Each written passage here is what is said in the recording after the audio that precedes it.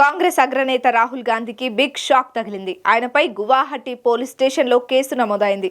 దేశాన్ని ఉద్దేశించి ఇటీవల ఆయన చేసిన వ్యాఖ్యలు తీవ్ర దుమారం రేపుతున్న క్రమంలో తాజాగా కేసు నమోదు కావడం రాజకీయంగా చర్చకు దారితీస్తోంది. కాంగ్రెస్ అగ్రనేత రాహుల్ గాంధీ చేసిన వ్యాఖ్యలు దేశ రాజకీయాల్లో ప్రకంపనలు సృష్టిస్తున్నాయి.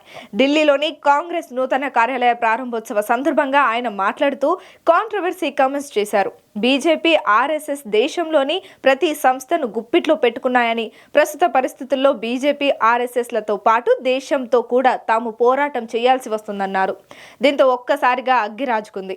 రాహుల్ గాంధీ చేసిన వ్యాఖ్యలు వాక్ స్వాతంత్ర పరిధి దాటాయని, ప్రధాన ప్రతిపక్ష హోదాలో ఉన్న వ్యక్తి ఇలాంటి వ్యాఖ్యలు చేయడం ఏంటని కేంద్ర మంత్రులు ఓ రేంజ్లో విరుచుకుపడుతున్నారు.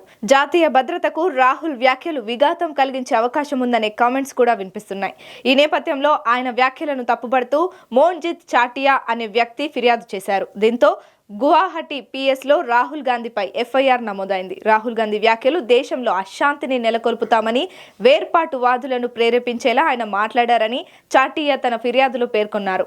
దీంతో ఈ అంశం దేశ రాజకీయాల్లో చర్చనీయాంశంగా మారింది. కాగా గతంలో కూడా వివాదాస్పద వ్యాఖ్యలు చేసి రాహుల్ గాంధీ ఇబ్బందుల పాలైన సందర్భాలున్నాయి. గతంలో మోడీ ఇంటి పేరు విషయంలో ఆయన చేసిన వ్యాఖ్యలు ఎంతటి దుమారం రేపాయో అందరికీ తెలిసిందే.